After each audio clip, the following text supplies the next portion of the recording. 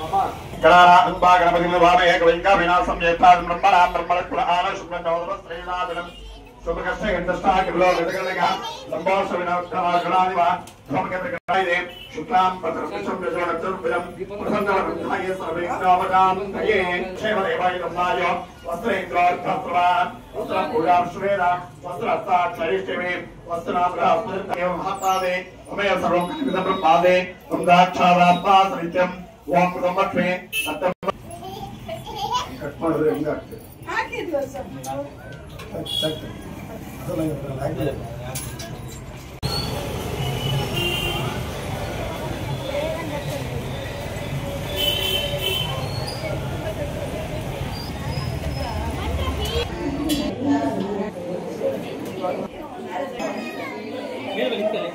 ವಾಸವಿ ಕಿರಾಣಿ ಸ್ಟೋರ್ಗೆ ಎಲ್ಲರಿಗೂ ಸುಸ್ವಾಗತ.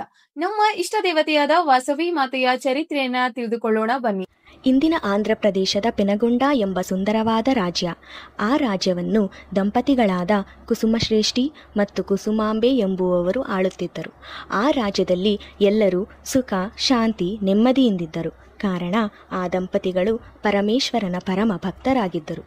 ಕುಸುಮಶ್ರೇಷ್ಠಿ ಮತ್ತು ಕುಸುಮಾಂಬೆಗೆ ಮಕ್ಕಳಾಗದಿದ್ದ ಕಾರಣ ಅವರ ಕುಲಗುರುಗಳಾದ ಭಾಸ್ಕರಾಚಾರ್ಯರು ಸಂತಾನ ಪ್ರಾಪ್ತಿಗಾಗಿ ಪುತ್ರ ಕಾಮೇಷ್ಟಿ ಯಾಗವನ್ನು ಮಾಡಿಸುತ್ತಾರೆ. ಅದರ ಫಲವಾಗಿ ವೈಶಾಖ ಶುದ್ಧ ದಶಮಿ ಶುಕ್ರವಾರದಂದು ಒಂದು ಗಂಡು ಮತ್ತು ಒಂದು ಹೆಣ್ಣು ಮಗುವನ್ನು ಪರಮೇಶ್ವರನು ಕರುಣಿಸುತ್ತಾನೆ. ಗಂಡು ಮಗುವಿಗೆ ವಿರೂಪಾಕ್ಷ ಎಂದು, ಹೆಣ್ಣು ಮಗುವಿಗೆ ವಾಸವಿ ಎಂದು ನಾಮಕರಣ ಮಾಡುತ್ತಾರೆ. ಇಬ್ಬರು ಮಕ್ಕಳಿಗೂ ಒಳ್ಳೆಯ ಶಿಕ್ಷಣ ಹಾಗೂ ಮಾರ್ಗದರ್ಶನ ನೀಡುತ್ತಾರೆ. ತಾಯಿ ವಾಸವಿಯು ಅತ್ಯಂತ ರೂಪವತಿಯಾಗಿದ್ದು ಸರ್ವಗುಣ ಸಂಪನ್ನಳಾಗಿರುತ್ತಾಳೆ.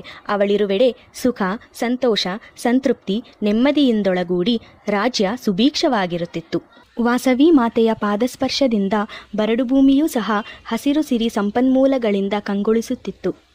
ಪದ್ಮಾಶಯನಪುರ ಎಂಬ ರಾಜ್ಯ. ಆ ರಾಜ್ಯದ ಮಹಾರಾಜ ಚಂದ್ರವಂಶಕ್ಕೆ ಸೇರಿದ ವಿಷ್ಣುವರ್ಧನ. ಇವನು ಯುದ್ಧಗಳನ್ನು ಸಾರಿ ಯುದ್ಧದಲ್ಲಿ ಅಜೇಯನಾಗಿ ತನ್ನ ರಾಜ್ಯವನ್ನು ವಿಸ್ತರಿಸಿಕೊಂಡು ವಿಜಯ ಯಾತ್ರೆ ಮಾಡುವಾಗ ಒಮ್ಮೆ ಪೆನಗೊಂಡೆಯ ಶಿವನ ದೇವಸ್ಥಾನಕ್ಕೆ ಭೇಟಿ ಕೊಡುತ್ತಾನೆ. ಅಲ್ಲಿ ಪೂಜೆ ಸಲ್ಲಿಸಲು ಬಂದಿದ್ದ ವಾಸವಿಯನ್ನು ಕಂಡು ಮೋಹಿಸುತ್ತಾನೆ.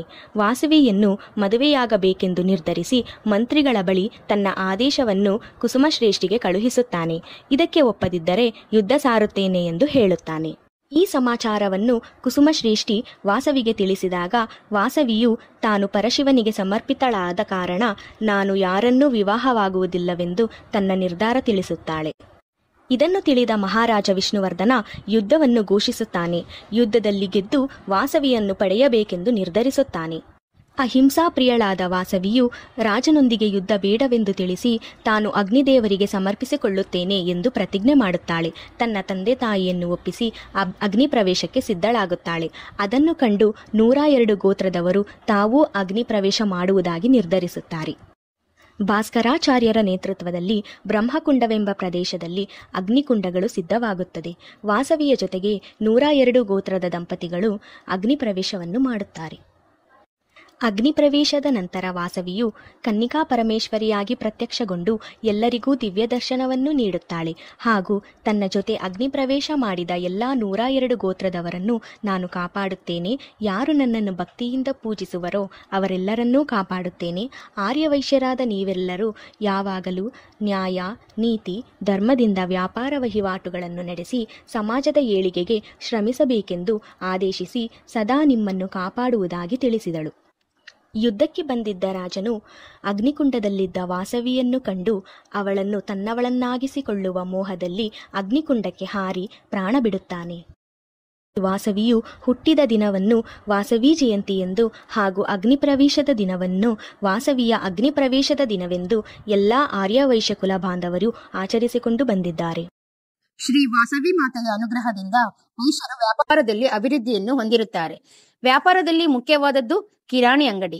ಕಿರಾಣಿ ಅಂಗಡಿ ಎಂದರೆ ಶೆಟ್ಟರ್ ಅಂಗಡಿ ಅನ್ನುವ ಹಾಗೆ ವೈಶ್ಯರು ಕಿರಾಣಿ ವ್ಯಾಪಾರದಲ್ಲಿ ಪ್ರಸಿದ್ಧಿಯನ್ನು ಹೊಂದಿರುತ್ತಾರೆ.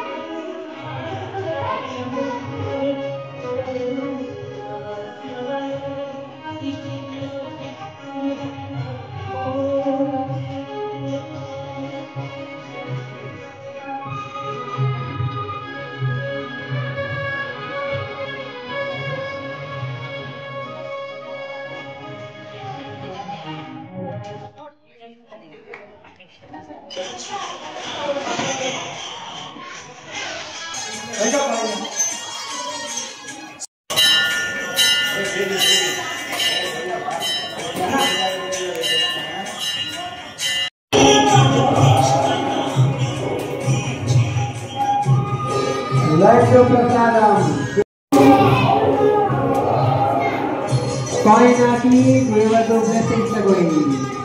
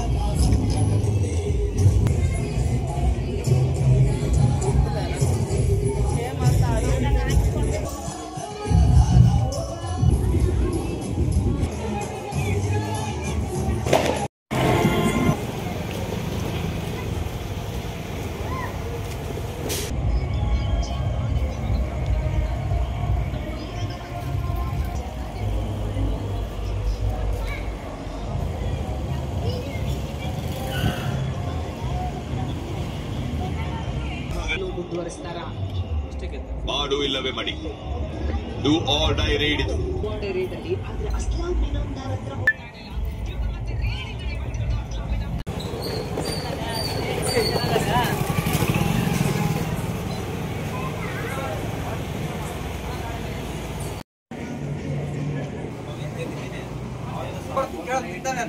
ಬರೀ ಓಡಿ